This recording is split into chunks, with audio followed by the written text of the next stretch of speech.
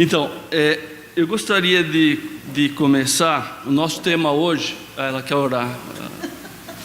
Pois ore então. Senhor, a gente precisa de Ti, e o Senhor sabe o coração de cada um que vai estar aqui durante esse tempo na igreja, e o Senhor tem a palavra certa, Senhor, para responder e para ser a chave para cada um. Então eu quero pedir a Tua bênção, Senhor, tanto agora na escola dominical, como depois também na palavra, que o Teu Espírito Santo venha responder aos anseios. Obrigada pelo Teu amor tão grande, pela Tua fidelidade tão grande, por ter a coragem, Senhor, de usar seres tão imperfeitos para trazer a Tua mensagem que é tão grandiosa. Eu peço a Tua bênção sobre as nossas vidas, em nome de Jesus. Amém. Eu queria pedir para a gente abrir um monte a Bíblia. Quem tem Bíblia? Vários versículos. Vamos começar com Mateus 4,17. Em seguida, Lucas 4,18 a 20. Então, uma pessoa abre Mateus 4,17. Outra lê Lucas 4,18 a 20. E, por fim, outra Colossenses 1,13.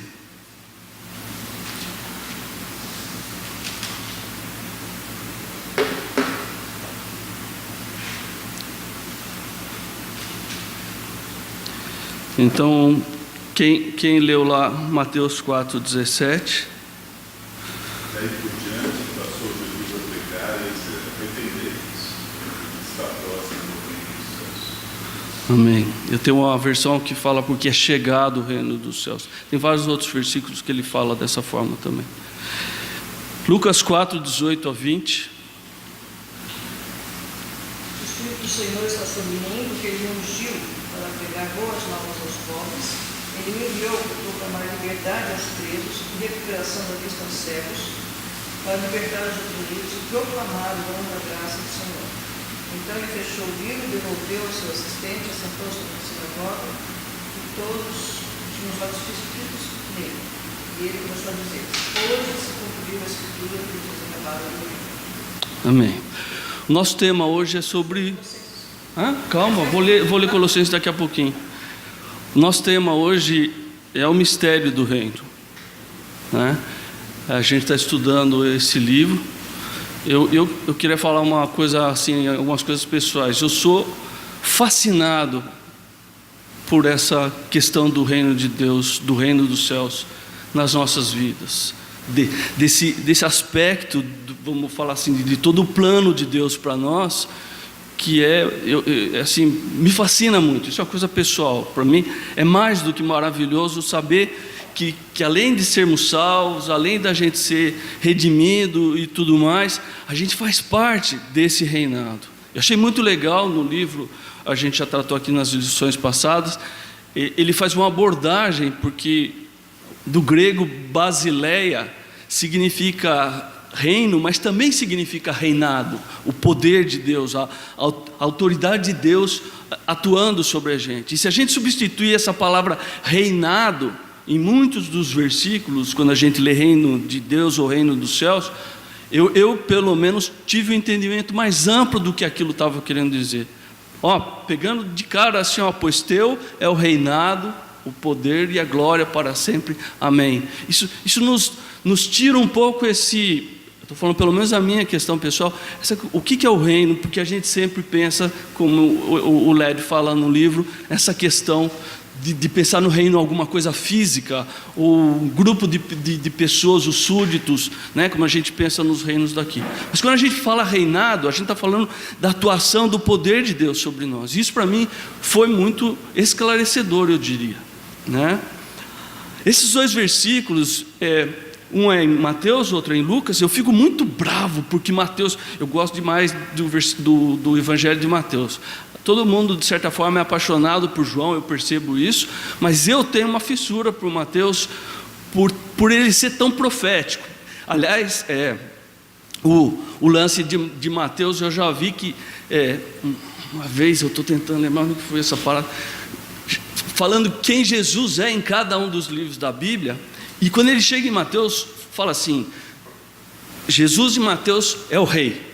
E eu achei isso muito legal. E é uma coisa assim que me fascina muito, essa questão de que em Mateus, Jesus é trazido como o rei, o real rei, né?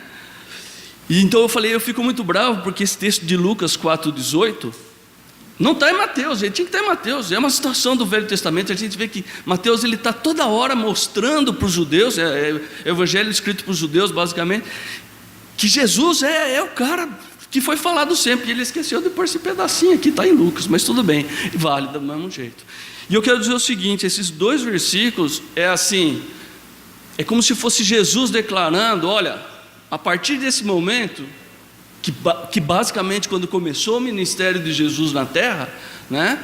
A partir desse momento está instaurado o reino de Deus na história. Não vou falar só na terra, mas na história, ou como disse o Mateus no domingo passado, nesta era que vivemos, nesse tempo que vivemos, né? Ou está instituído o reinado de Deus.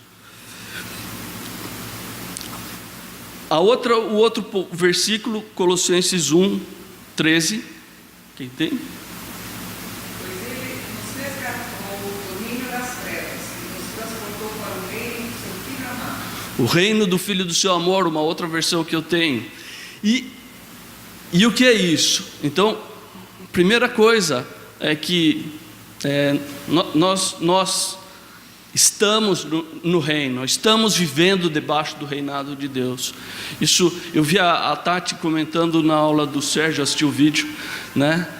Comentando sobre a questão do reino, de não se sentir, eu não lembro bem a palavra, mas eu vi que você estava do tipo, não se sentindo muito, será que eu estou no reino ou não estou no reino? Você falou alguma coisa nesse sentido, que havia uma certa dúvida. Uma coisa é o que nós podemos achar, outra coisa o que é a verdade de Deus sobre nós. Nós fomos transportados do reino do império das trevas, e a palavra é essa, para o reino do Filho do seu amado. Ponto. Eu acho aquilo, você pode achar o que você quiser, seu complexo de baixa autoestima, porque para Deus, nós estamos comprados por Jesus Cristo. Ponto. Nós fazemos parte do reino de Deus. Ponto. Ainda que a gente peque, ainda que a gente tô mal com Deus, nós fomos comprados por Deus, fomos transportados para o reino do Filho do seu amado. E é ali que nós vivemos hoje. Ponto. Agora a dona Denise vai dar continuidade e depois eu volto. Okay. Eu sou muito assertivo, tá? E vocês me desculpem se eu falo meio forte. Ele fala forte, fala alto, né? Eu falo rápido, então eu vou fazer todo o esforço possível para falar devagar. Falar perto do microfone e devagar. Achei ótimo a gente ter um livro e um autor que a gente segue, porque senão a gente começa a viajar, né? E eu sou assim de viajar, e daí um tema chama o outro, e aí eu lembro de outro versículo, vou longe. Então eu vou tentar assim, pegar o que o autor está falando aqui, seguir a linha do que ele está falando, que é muito interessante. E o tema é o mistério do reino. Tá? Então a gente vai começar lendo Romanos 16, 25 e 26. Quem podia abrir para não ficar só eu lendo? Romanos 16, 25 e 26.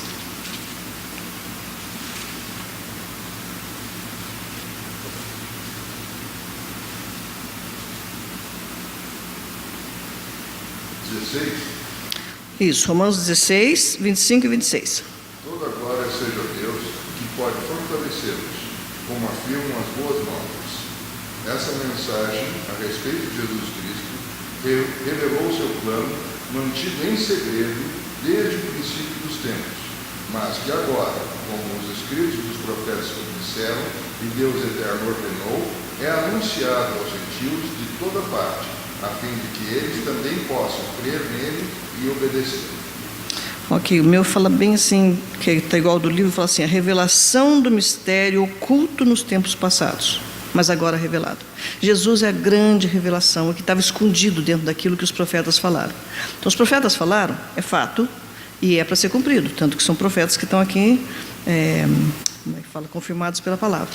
Então ele fala assim, esse mistério é tão assim especial, porque foi um choque para quem não tinha a cabeça preparada para ele. E o autor começa então a voltar para o Velho Testamento e pensar o seguinte: como é que os judeus viam ou esperavam o reino de Deus? O que era para eles essa espera do reino de Deus?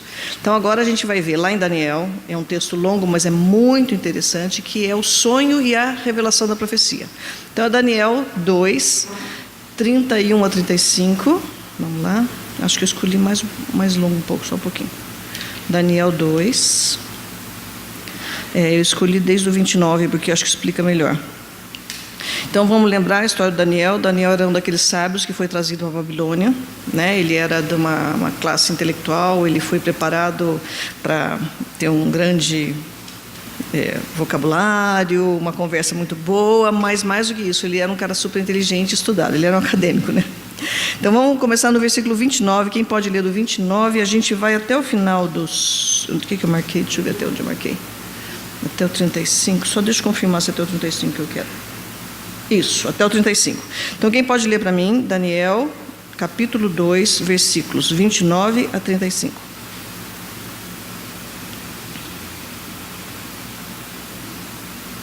Estando tu, ó rei, no teu leito, surgiram-te pensamentos a respeito do que há de ser depois disso.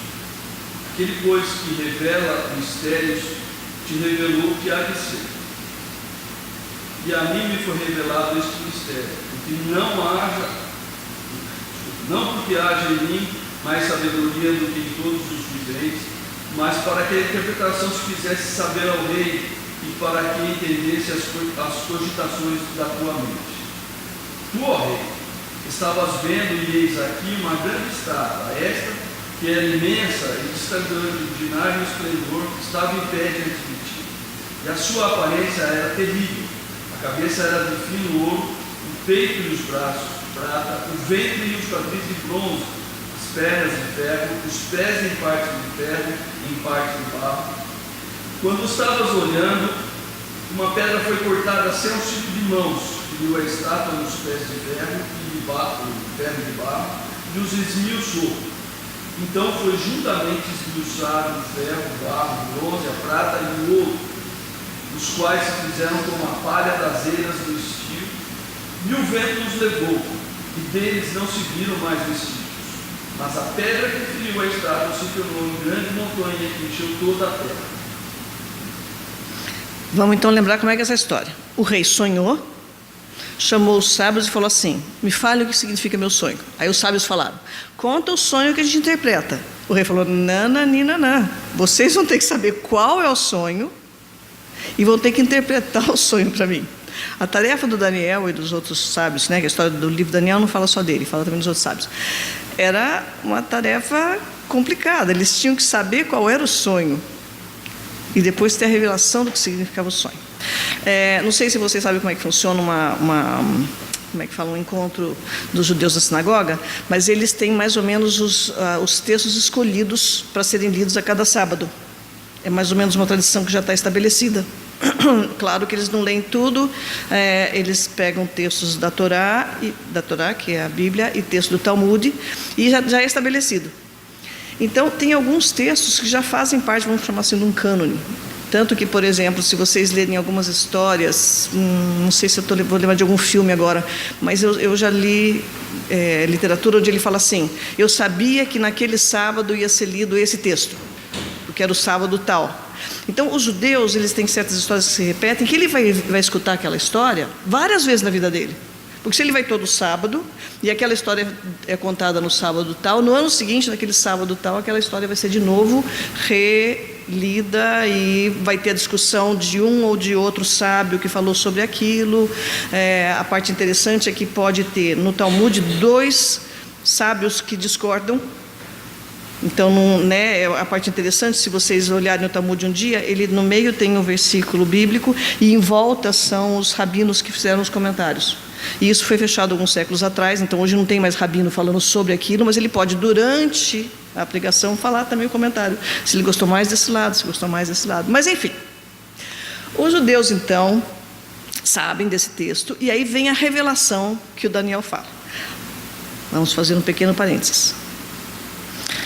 Agora, estudando geologia, toda vez que eu vejo coisa na Bíblia, eu fico assim, dentro de mim, dá uma sensação super gostosa de pensar, Deus desfaz a sabedoria dos sábios, e inclusive Ele tem a ciência na mão dele, né?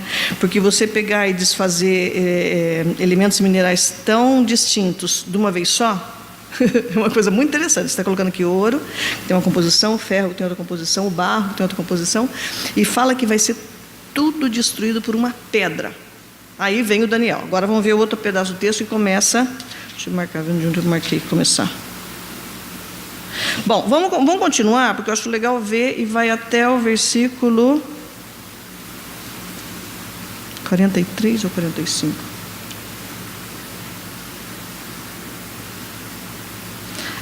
Até o 45. É meio longo, mas eu acho que vale super a pena. Então, alguém podia continuar agora, o Daniel continua falando.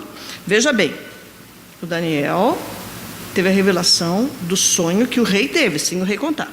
Então, continua a partir do 36 agora. Quem podia ler, por favor, do 36 até o 45. Foi esse o sonho que nós interpretaremos para o rei. Tu, ó rei, és rei dos reis, o Deus dos céus concedeu-te domínio, poder, força e glória. Nas tuas mãos ele pôs a humanidade, os animais selvagens e as aves do céu. Onde quer que vivam, ele fez de ti o governante deles todos. Tu és a cabeça de ouro. Depois de ti surgirá um outro reino, inferior ao teu. Em seguida surgirá um terceiro reino, reino de bronze, que governará toda a terra. Finalmente haverá um quarto reino, forte como o ferro, pois o ferro quebra e destrói tudo. E assim como o ferro despedaça tudo, também ele destruirá e quebrará todos os outros. É o 45. Como viste, os pés dos gregos deram parte de barro e parte de ferro. Isso quer dizer que este será um reino dividido, mas ainda assim terá um pouco da força do ferro. Embora tenhas visto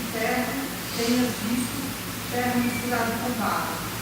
Assim como os gregos eram em parte de ferro e parte de barro, também esse reino será em parte forte e em parte frágil. E como viste, o ferro estava misturado com barro.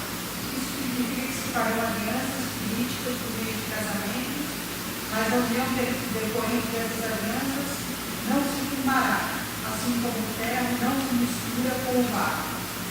Na época desses reis, Deus do céu estabelecerá um reino que jamais será destruído, e que nunca será dominado por nenhum outro povo. Destruirá todos os reinos daqueles reis e os exterminará, mas esse reino durará para sempre. Este é o significado da visão da pedra que se soltou de uma montanha, sem auxílio de mãos. Pedra que esmagadou o ferro, o bronze, o barro, a prata e o ouro.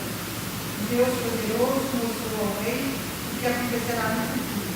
O sonho é verdadeiro e a interpretação é fiel. Ok, então agora aqui, quem já estudou teologia, já estudou o Velho Testamento, já viu como é que realmente eles estudam o andamento dos reinos depois. Ciro, a Síria, inclusive Cleópatra, eles fazem quem estuda a Bíblia do Velho Testamento faz um andamento e mostra o que acontece na história, e como a profecia de Daniel dá para se localizar em períodos estanques da história. Mas o ponto do nosso autor é o seguinte: aqui fala que vai ter um reino, então fala assim, os exterminará e esse reino durará para sempre.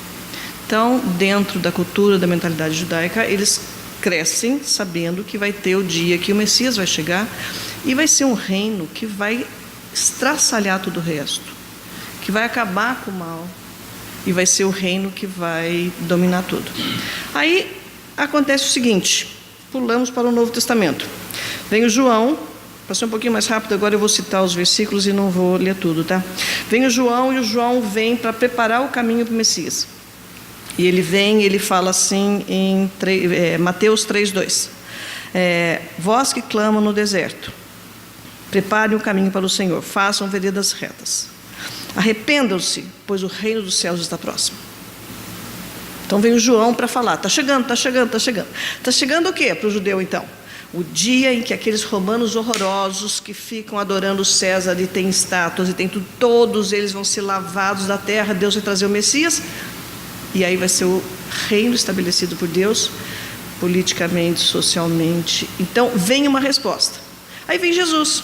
E vem Jesus lá, anda no meio de não sei quem, faz um negócio não sei aonde. E nada de Jesus ir lá e destruir exército, e montar um exército para lutar, para estabelecer um reino, uma capital. Até o João fica em dúvida. João, deixa eu só achar outro texto. João Batista, até o João Batista fica em dúvida. Estou falando do João Batista, tá? Até o João Batista fica em dúvida. Ele,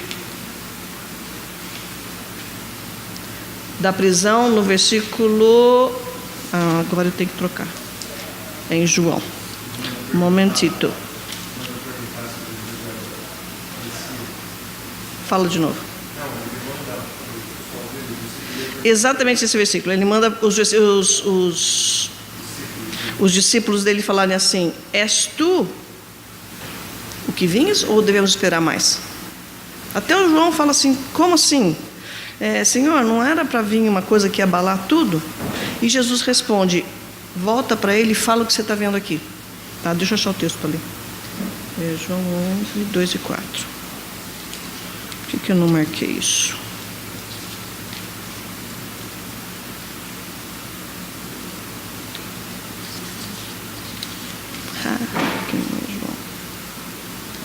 Porque não é em João, porque é em Mateus. João, ao ouvir da prisão que o Cristo estava fazendo, enviou seus discípulos para lhe perguntar: és tu aquele que havia de vir, ou devemos esperar algum outro? Jesus respondeu: voltem e anunciem a João o que vocês estão ouvindo e vendo. Os cegos veem, os aleijados andam, os leprosos são purificados, os surdos ouvem, os mortos são ressuscitados. As boas novas são pregadas aos pobres. Feliz aquele que não se escandaliza por minha causa. E logo em seguida Deus confirma que João é profeta, que ele fala assim, que João não é um caniço agitado pelo vento. Ele falou, realmente ele falou, o reino de Deus está vindo. Mas agora o que Jesus está mostrando é um reino de Deus que não é aquilo que... é um mistério. Não é aquilo que os judeus estavam esperando. Não é um reino que abalar tudo. É um reino que está entrando por baixo e atingindo com uma... O autor fala uma nova ordem espiritual. Espera aí, deixa eu ler o textinho do autor. Ele fala, tem uma nova ordem espiritual, uma nova maneira de ver o reino de Deus. Esse pedaço é que ele fala que é o grande mistério. Ele fala assim: o reino de Deus está aqui, mas em vez de fazer mudança externa na ordem política das coisas, ele está mudando a ordem espiritual na vida de homens e mulheres. Esse é o mistério. O mistério é uma nova revelação, que o reino veio agora para operar entre os homens. O Mateus falou na semana passada sobre presente e o futuro, as eras, né? Agora, nesse pedaço que a gente está vendo, ele está falando o seguinte: está operando já. Todo aquele que veio para Jesus, como o versículo de Colossenses fala, foi transportado para o reino do Filho do seu amor, para operar entre os homens agora, mas de um modo inesperável. Não está destruindo o governo humano. O reino na esfera espiritual oferece agora aos homens a bênção do governo de Deus, livrando do poder de Satanás e do seu pecado. A gente tem que lembrar então que Jesus fala várias vezes, eu até achei os versículos todos aqui, mas eu não vou falar. Ele fala várias vezes, 3 para ser mais claro. Quando a gente fala muito, várias, às vezes a gente não é tão não fala bem o número certo, e eu acho super interessante. Vou fazer 2 partes agora. A primeira parte é: meu filho achava que o número maior que existia era 18. 18 era o número maior que existia. Então, quando ele queria uma coisa que ele queria muito, ele falava que era o 18. E era um monte. E eu, uma vez tendo contato com um missionário que trabalhava com índios no Amazonas, ele falava assim que para os índios era até 5. O nosso sistema é decimal, lembra disso, né? O sistema vai até 10. Para os índios era até 5. Depois disso, era muitos. Então, se ele tinha até 5 filhos, ele falava. Depois, se você perguntava se ele tinha 7 ou 8, ele falava muitos. Coco, quando ele pegou, sei lá o que foi que ele estava falando, ele falava muitos. Mas, enfim, Jesus fala 3 vezes no Evangelho de João que o príncipe deste mundo é Satanás. Então, o reino de Deus veio, ele está aqui agindo, ele está agindo dentro de nós. Nós estamos dentro do reino de Deus, porque ele nos tirou das trevas para o reino do Filho do seu amor. Mas aonde a gente está vivendo agora, fisicamente, aqui, esse lugar onde a gente vive, que o judeu imaginava que Jesus ia que o Messias ia limpar tudo e tirar toda a maldade, a gente vive num mundo perverso. Quem domina esse mundo é um mundo perverso. E as parábolas vão falar sobre isso, que é a parte do Tomás agora, mas antes de falar, eu quero falar uma última coisa engraçada. O Tomás tem um amigo judeu, e a gente no interior, a gente ia na igreja presbiteriana, e tinha escola dominical, todo mundo ia para a escola dominical. E por alguma razão, esse amigo judeu dele ficou comigo na aula de escola dominical, que era uma classe X lá, e o Tomás ficou em outra sala. E o tema daquela semana era alguma coisa a ver justamente com o reino de Deus, o reino das trevas. E o seminarista que tinha vindo da aula, ele perguntou 3 vezes: quem é o príncipe deste mundo? E todo mundo quietinho, todo mundo sabia que era Satanás, mas ninguém respondia. Quem é o príncipe deste mundo? E esse amigo do Tomás começou a ficar assim nervoso porque ninguém respondia, levantou e falou: Jesus! E todo mundo levou um susto. O judeu, sem entender nada do que estava falando, mas ele quis ajudar. Então foi uma coisa muito engraçada, porque todo mundo sabia a resposta. O seminarista ficou perdido, porque ele nunca imaginou que alguém ia falar aquilo. E uma que eu achei mais legal foi um judeu falar o nome de Jesus numa igreja presbiteriana lá do interior de São Paulo, porque ele quis ser gentil e não deixar ninguém mais constrangido. Então eu vou parar agora. E o Tomás vai continuar falando sobre isso, que esse mistério, como é que a gente explica e como é que as parábolas falam sobre o reino de Deus e essa dicotomia que a gente vive. Outra coisa que eu sou alucinado são as parábolas do reino dos céus. Essa história eu estou complementando o livro do Led com outro livro do Jack Selou, que é sobre a liberdade, o amor e o poder. Esse livro, eu já tinha lido ele há um tempo atrás, e aí quando veio a história do reino, eu até pedi pro Fernando para falar sobre o mistério, porque tratava das parábolas, e esse livro aborda uma visão, eu vou dizer, algumas coisas eu achei muito loucas, muito diferente de tudo que eu podia pensar, e nem vou entrar muito nessa parada, mas ele traz e vou dizer, aparentemente, lendo aqui, eu não sei quem escreveu primeiro, se foi o Led ou se foi ele. Esse livro dele é de 70, acho que o livro do Led é de 59, parece. Mas, anyway, é muito próximo que eles vão andando juntos, eles tratam de vários aspectos dos temas das parábolas, com abordagem um tanto quanto diferente. Eu devo dizer só que o livro do Led é um pouco mais simples a coisa, mas eu vejo que há eles estão muito alinhados no texto, mas o Jack Selou vai mais além. Uma coisa que eu particularmente li no livro, e eu tenho uma pequena abordagem, é essa diferenciação entre reino dos céus e reino de Deus, né? Até o Sérgio comentou, e eu vou pedir licença para discordar um aspecto, até porque eu li lá. O próprio Mateus cita reino de Deus, né? Fala do reino na oração, do Pai Nosso. Ele fala de buscar primeiro o reino de Deus. Ele fala lá no final de Mateus 19, 24, ele fala sobre o reino de Deus também. E ele fala só nas parábolas, o reino dos céus. E o que o Jack Selou propõe com isso porque ele fala reino dos céus, e ele diferencia até um pouco sobre o lance do reino é hoje e o reino é amanhã, mas de uma forma ainda mais concreta. Quando ele está tratando do reino dos céus, ele está falando o reino de Deus desceu dos céus e veio aqui na terra, e essa história do reino hoje, ou seja, dele acontecendo hoje nas nossas vidas e no mundo, não só aqui dentro dos nossos corações, dos nossos cristãos, mas no mundo todo, né? Ele traz isso como sendo o aspecto do reino dos céus, certo? É a mesma coisa, no fim de tudo, sim, é a mesma coisa, não é outra coisa, mas ele faz uma certa distinção para mostrar até, e nesse aspecto sim, relacionado aos judeus, é o reino que desceu dos céus para a terra. Então esse é o enfoque que ele traz. Nós vamos falar das parábolas.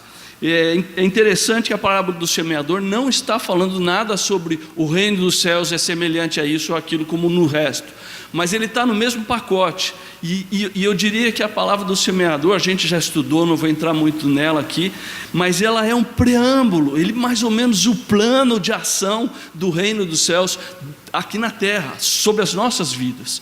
E é tudo aquilo que a gente viu as sementes caindo nos vários solos que nós utilizamos, de certa forma é a obra do reino dos céus nas nossas vidas, é como o reino de Deus vai crescer dentro em nós, né?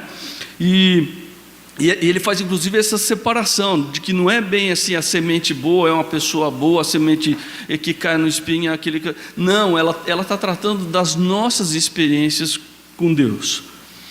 Vamos então às parábolas efetivas sobre o reino dos céus, é semelhante a Mateus 13, 24. E vamos ficar aberto aí vários versículos.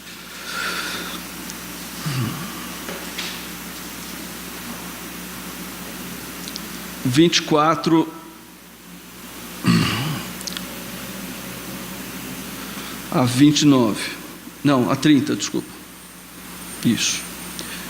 Esta foi outra parada que Jesus contou. O reino dos céus é como um agricultor que semeou boas sementes em seu campo. Enquanto os servos dormiam, o inimigo veio, semeou o joio no meio do trigo e foi embora. Quando a plantação começou a crescer, o joio cresceu também. Os servos do agricultor vieram e disseram: o campo em que o Senhor semeou as boas sementes está cheio de joio. De onde ele veio? Um inimigo fez isso, respondeu o agricultor. Devemos arrancar o joio? Perguntaram os servos. Não, respondeu ele. Se tirarem o joio, pode acontecer de arrancarem também o trigo. Deixem os dois crescerem juntos até a colheita. Então direi aos ceifeiros que separem o joio, amarrem-no em feixes e queimem-no, e depois guardem o trigo no celeiro. Bom, então, o que é o reino de Deus nessa primeira parábola? É semelhante ao quê? A gente fala a parábola do trigo e do joio, mas não é isso que é o reino de Deus, que ele fala aqui. O reino de Deus é semelhante ao agricultor que semeia uma semente. Ou seja, o agricultor, um homem, uma pessoa fazendo um trabalho de semeador. Isso é o reino de Deus. E em cima disso que ele trata a coisa. Eu não vou entrar muito na questão do trigo e do joio, mas eu vou dizer o seguinte: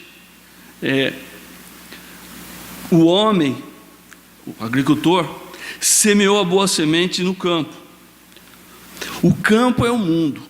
Maligno, tem vários outros versículos, mas a gente esquece de um versículo muitas vezes quando a gente fala do mundo, que é João 3,16, né? Que é o quê? Alguém sabe João 3,16? Alguém poderia falar daqui? Tem que abrir a Bíblia? Deus amou o mundo de tal maneira. Então, a primeira coisa que a gente vai ter em mente aqui, está permeado em todas essas palavras, é o amor de Deus pelo mundo. Lógico, não está falando pelo mundo aquela outra forma que a gente pensa do mundo, das bagunças que tem, mas do homem, da raça humana. Deus nos amou, nós somos preciosos. A gente vai ver várias outras coisas que a gente vai falar aqui. É isso daqui que é o grande amor de Deus. Então, né, o campo que ele foi semeado é o mundo. E a semente, sim, é a palavra, sim, aquilo, é a ação de Deus, a ação da palavra dele, trazendo o reino dos céus nas nossas vidas. É como se fosse o reino de Deus, como se fosse a pessoa, esse homem, que intervém no mundo.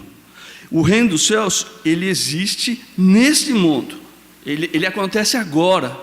E eu achei muito legal o que o Mateus falou, dizendo justamente esse aspecto, de que muitas vezes nós pensamos no reino dos céus, no reino de Deus como uma coisa futura, mas Ele está sim aqui hoje atuando em nós.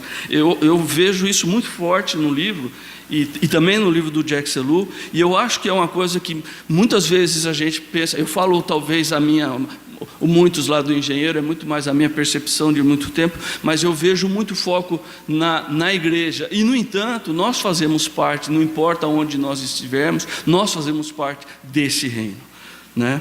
Então, a primeira coisa é essa, é que Deus intervém no mundo e Ele traz uma boa palavra, Ele traz uma semente para ser frutificada em nós. Então esse é o primeiro aspecto do reino dos céus. É esse mundo, ou melhor, é esse Deus que nos ama de tal maneira que Ele intervém na história, Ele intervém no processo da vida do homem aqui na terra para trazer uma nova vida, uma nova visão. A próxima parábola é da semente de mostarda, que é 31. Quem pode ler? Outra parábola propôs, dizendo: o reino dos céus é semelhante a um grão de mostarda, que um homem tomou e plantou no seu campo, o qual é, na verdade, a menor de todas as sementes, e, crescida, é maior do que as hortaliças, e se faz árvore, de modo que as aves do céu permanecem nos seus ramos. Leia também o 33. Disse-lhes outra parábola: o reino dos céus é semelhante ao fermento que uma mulher tomou e escondeu em 3 medidas de farinha, até ficar tudo levedado. Essas duas palavras, os dois autores tratam como se fosse duas formas de mostrar a mesma coisa. A ênfase aqui não é no aspecto do grão de mostarda, o processo de crescimento dele, ou o processo de crescimento do fermento no pão. Eles desaparecem, a semente desaparece, mas a questão toda é o que começou e o que vai ser no final. É interessante que o Jack Selou fala que nós... seres da cultura ocidental, nós pensamos muito, principalmente por conta da tecnologia, depois da Revolução Industrial, o processo de crescimento ele é extremamente importante. E aqui a gente fica analisando muito esse tipo de coisa, como se desenvolve a coisa. E, no entanto, no pensamento oriental, tem muito a ver a história do que era e o que é hoje, ou o que era no começo e o que ficou no final. O processo em si muitas vezes nem é tão importante assim. E é interessante que ele mostra que, primeiro, é assim, como o poder de Deus atua nas nossas vidas, de modo a fazer que o reino de Deus cresça em nós, e não só em nós, mas em todo o mundo, em toda a terra. E ele fala de uma maneira que é assim, é a obra dele em toda a terra, em toda a história. Nós pensamos muito na obra de Deus nas nossas vidas, mas Deus, a gente não pode esquecer, Deus está atuando sobre a terra, Ele ainda é o rei. A gente fala que o mundo é do Satanás, Deus é o rei de toda a terra, está lá no Salmo 24, eu acho. Então Deus ainda atua na história, Deus ainda é poderoso sobre a história, Ele não perdeu o controle, nunca perdeu. E a obra que Ele está fazendo é a obra que Ele está fazendo em nós, e a obra que Ele está fazendo na terra, em todo o mundo, certo? E aí ele fala, até um pouco daquilo que a Denise falou do mistério, né? Do que é a obra de Jesus, ou o que é o trabalho de Jesus, né? Ele veio com uma forma, uma proposta totalmente contrária àquilo que se esperava de um rei, aquilo que se esperava de um salvador, de um libertador, certo? E ele veio se mostrando fraco para nós. E, no entanto, o que nós vemos da obra de Jesus, a morte e a ressurreição na cruz, já mostra o que é o fim, o que vai ser no fim. A gente tem toda a Bíblia em várias partes, até o Apocalipse, o que vai ser o fim. O reino de Deus, ele vai completar a história. O final do reino de Deus aqui na terra é o final da história, sobre as nossas vidas, mas também sobre a história da raça humana. Isso eu acho muito fantástico, muito poderoso. E é isso, é essa obrinha que está acontecendo nas nossas vidas, através de um grãozinho de mostarda, através de um fermento levedando toda a massa, é que é o reino de Deus crescendo em nós. Ou seja, essa visão da semente e do fermento é sobre como o reino de Deus atua sobre nossas vidas e atua sobre a terra e a história, de modo a transformarmos até aquilo que é o plano final de Deus. Vamos no próximo pacote, que é 44, e junto o 45 também. São as duas parábolas.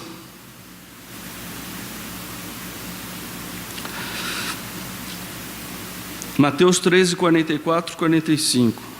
E 46, desculpa, 13, 44 a 46. O reino dos céus é semelhante a um tesouro escondido no campo, que um homem, ao descobri-lo, esconde. Então, um rigoroso vai, vende tudo quanto tem e compra aquele campo. Outro sim, o reino dos céus é semelhante a um negociante que buscava boas pérolas e, encontrando uma pérola de grande valor, foi Aqui eu vou fazer um pouquinho o contrário. No 13:46, né? 13:45, o reino dos céus é semelhante a um negociante, certo? E no 13:44, o reino dos céus é semelhante ao tesouro escondido no campo. Então, e é interessante a gente ver que as parábolas, elas tratam ora de coisas e são duas parábolas que tratam de pessoas. O reino do céu semelhante a pessoas, né? Eu vou falar primeiro do reino dos céus é semelhante a um negociante e procura boas pérolas, né? Porque as duas estão, óbvio, conectadas, né? Mas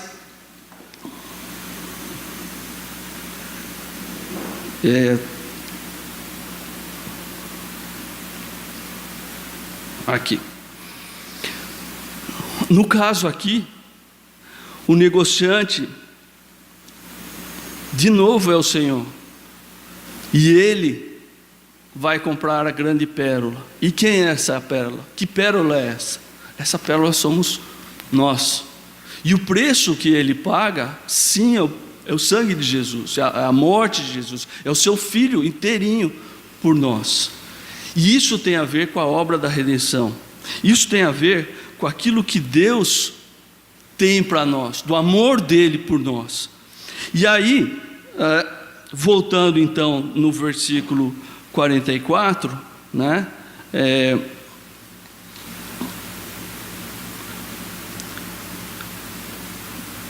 O tesouro no campo, nós precisamos entender que aquilo que Deus fez sobre nós, comprou a nós a pérola preciosa, a atividade da parábola do tesouro no campo é justamente a nossa vez. Nós precisamos entender esse amor de Deus por nós, para nós amarmos o mundo também e fazermos a continuidade da obra da redenção. Eu quero ler uma coisa aqui, talvez fique mais claro. Assim como Deus fez por nós, nós somos chamados a comprar o mundo de volta.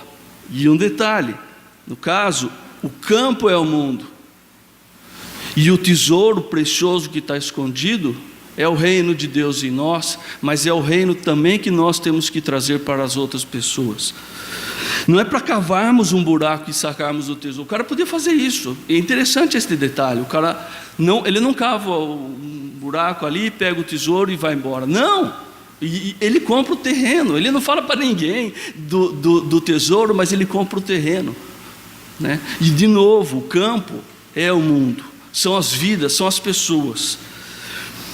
E aí, tudo isso se resume numa passagem que eu queria citar aqui, que é 2 Coríntios 5, 17 a 19, que é a nossa vez de entendermos esse valor precioso que Deus teve por nós, essa pérola preciosa, nós também precisamos levar esse reino, levar esse tesouro para as outras pessoas do mundo. E isso é a nossa ação, junto com Deus aqui na terra. Vamos ler 2 Coríntios 5, 17 a 19. Fale. Você está falando de investimento, né? Essas duas pequenas parábolas são chamadas para a gente investir nas pessoas. Sim. Vamos ler 2 Coríntios 5, 17 e 19, e é mais ou menos isso. Eu só não quero, é um detalhe, né? O reino de Deus não é uma coisa para ser comprada. Isso eu ia até comentar, acabei esquecendo. Como ele cita no livro, não é uma coisa para ser comprada. Não tem aquela história que a gente compra a bênção de Deus. O reino de Deus é dado para nós, certo? E no entanto, o que ele quer dizer aqui é a obra da redenção. Inclusive um detalhe, né? A ênfase que ele tem aqui, principalmente na primeira palavra sobre o tesouro, é que o cara, ele achou o tesouro, ele ficou tão contente, ele ficou tão alegre, que ele foi vender tudo que tinha para comprar o terreno, certo? E a ênfase aqui, muito mais do que comprar o terreno, é a alegria que o tesouro, que é o reino de Deus, é para nós, certo? Da mesma forma que Deus nos comprou por grande alegria, por grande amor por nós, como sendo nós grandes pérolas na outra parábola, nós devemos também, por amor a este grande tesouro que é o reino de Deus, nós também devemos comprar o mundo, parte do mundo, e essa é a nossa ação. É uma coisa que eu confesso que essa é um negócio que é um pouco...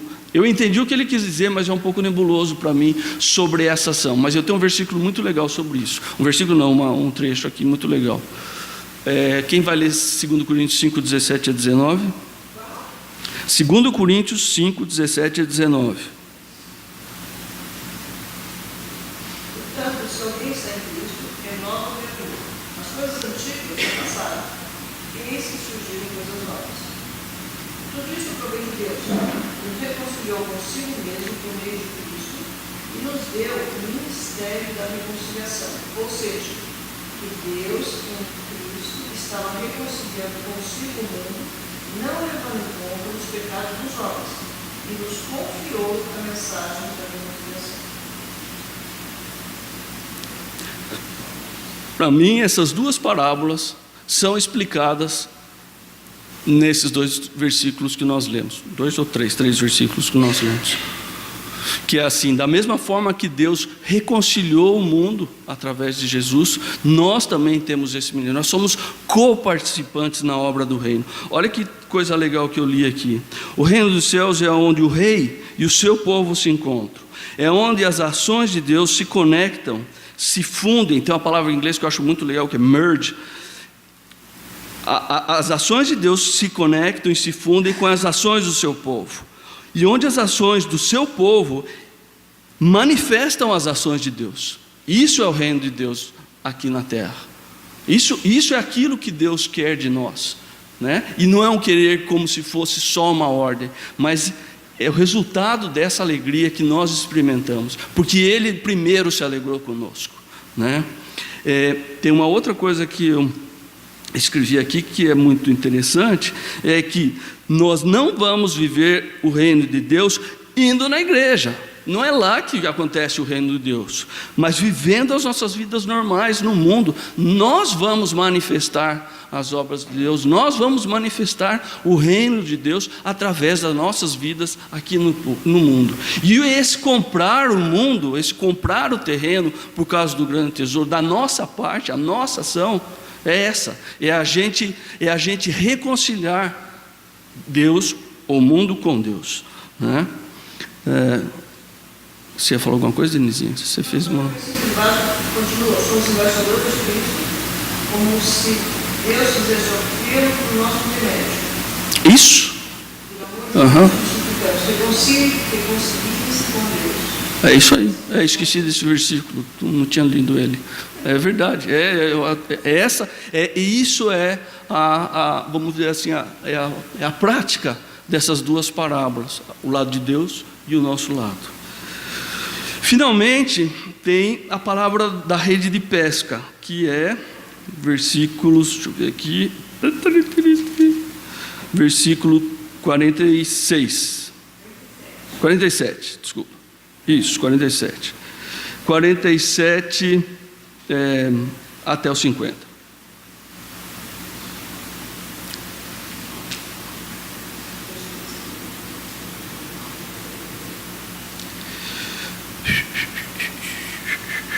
Quem pode ler? Tá já no finzinho aqui. O reino dos céus é ainda semelhante a uma rede que, lançada ao mar, recolhe os peixes de toda espécie. E quando já está cheia, os pescadores arrastam-na para a praia e, assentados, escolhem os bons para os cestos e os ruins deitam fora. Assim será na consumação do século. Sairão os anjos de separação maus dentre os justos e os lançarão na fornalha acesa, e ali haverá choro e ranger de dentes. Olha que a abordagem bastante radical. Jack Selou faz a comparação do segundo. A parábola é 47 e 48.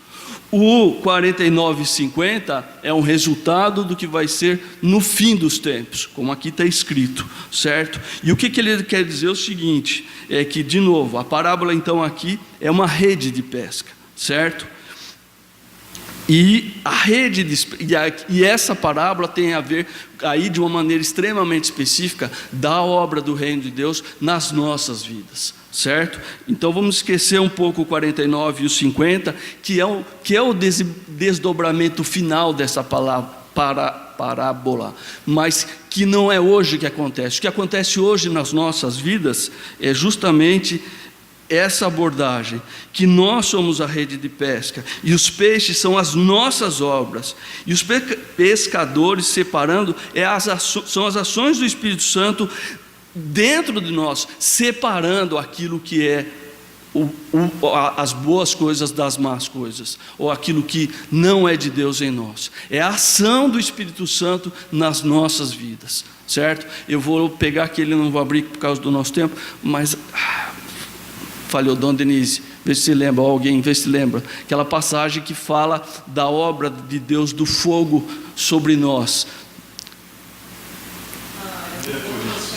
É 1 Coríntios, eu estou tentando 5, e se alguém quiser, enquanto eu vou falando aqui, mas ele trata justamente do fogo de Deus nos purificando, né? O que é ouro, o que é prata e eventualmente o que é palha, né, vai ser queimado. Ele faz um paralelo sobre esse aspecto, e justamente mostrando isso, que essa questão não é, os dois últimos versículos apontam sim para o final dos tempos, mas a obra de Deus em nós e o julgamento de Deus em nós, ele é hoje enquanto nós vivemos na terra.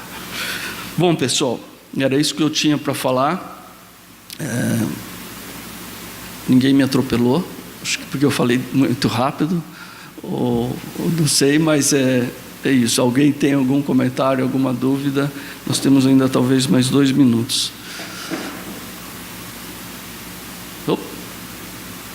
Vamos então orar.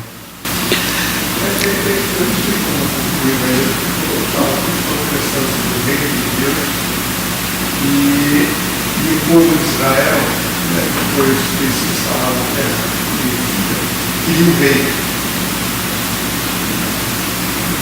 Queria um rei para ser igual aos outros povos. Porque Deus como enxergado isso, ele era o rei. Então, talvez essa conclusão de reinado que a gente tem na noção é um desconhecimento profundo do que significa esse reinado de Deus. Não sei como você fala o tempo todo na nossa cabeça com essa mudança. Deus reina sobre isso através de uma postura. É logo só que é um reino do jeito que é. Não sei exatamente se você sabe. Daí a dificuldade dele. A entender sempre a instalação do reino de Deus na nossa vida. Hoje, não sei. Só voltando a questão. Eu entendo. Fala, Ju. eu acho interessante dessa palavra é que a tentativa de explicar o Criador através da criação. Todas as metáforas, né, todas as palavras, elas são elementos da criação para você tentar explicar o Criador. Né? E é óbvio que isso vai ser incompleto. E está aí o mistério da coisa, porque você está tentando construir um bloquinho para explicar o que criou como com base naquele que hoje não vai conseguir. Por isso que, inclusive, ele junta elementos, né? Ele fala que Deus é o reino dos céus, ora é uma coisa inanimada, ora é um homem, ora é outra. Ele usa diversos elementos de toda a criação para tentar montar um quebra-cabeça, mas você não monta. O quebra-cabeça vai continuar sem peça. Você não vai ver a quebra-cabeça montada. Você só vai ver a transformação. Tem um elemento interessante, você destacou isso que eu acho interessante, é que ele nunca diz que o reino de Deus ele diz que o reino de Deus é semelhante. Isso eu acho bem importante, porque ele não está fazendo uma equação. Exatamente. Ele gasta um tempo, eu achei interessante, distinguindo parábola de alegoria. Sim, no livro. No livro eu entrei nesse detalhe, mas ele, sim. Mas é chave, sim, também. Para a gente compreender o conjunto dela. Quer dizer, ele destaca que a parábola é uma história pronta da vida real. Portanto, não há como não ser semelhante, como é linguístico. Então, a parábola tem um elemento central e tem muita coisa que compõe o enredo, a coisa. A alegoria é uma história construída, então cada elemento tem o seu significado. Então, ele gasta um espaço importante para fazer essa questão. A leitura alegórica da Bíblia foi muito condenada na reforma. Muito. Talvez porque foi feito um monte de besteira. Agora, a leitura parabólica é um outro jeito. É semelhante, não é para tomar todos os detalhes como se tivesse algum sentido. Sim. Por isso, um exemplo prático é a coisa da mostarda, que ele dá. Ou seja, ele diz que a questão central não é o crescimento, é a insignificância que transforma. E provavelmente tem um ensino só. Não é para ficar pegando 27 ensinos, tem uma mensagem.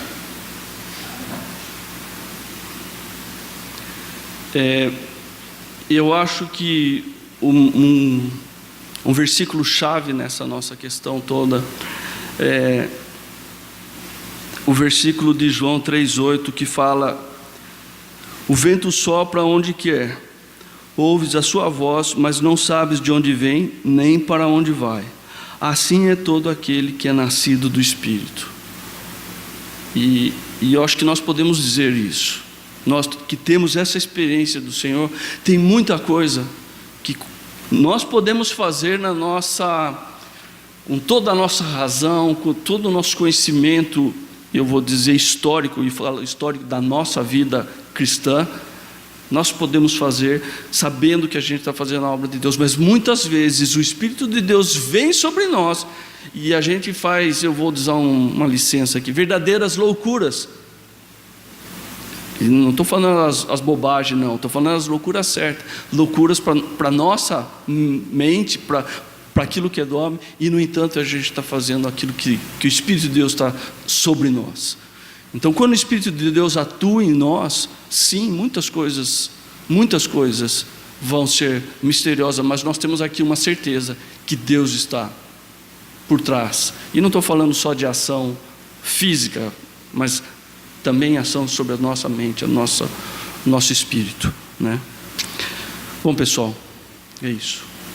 Obrigado pela paciência.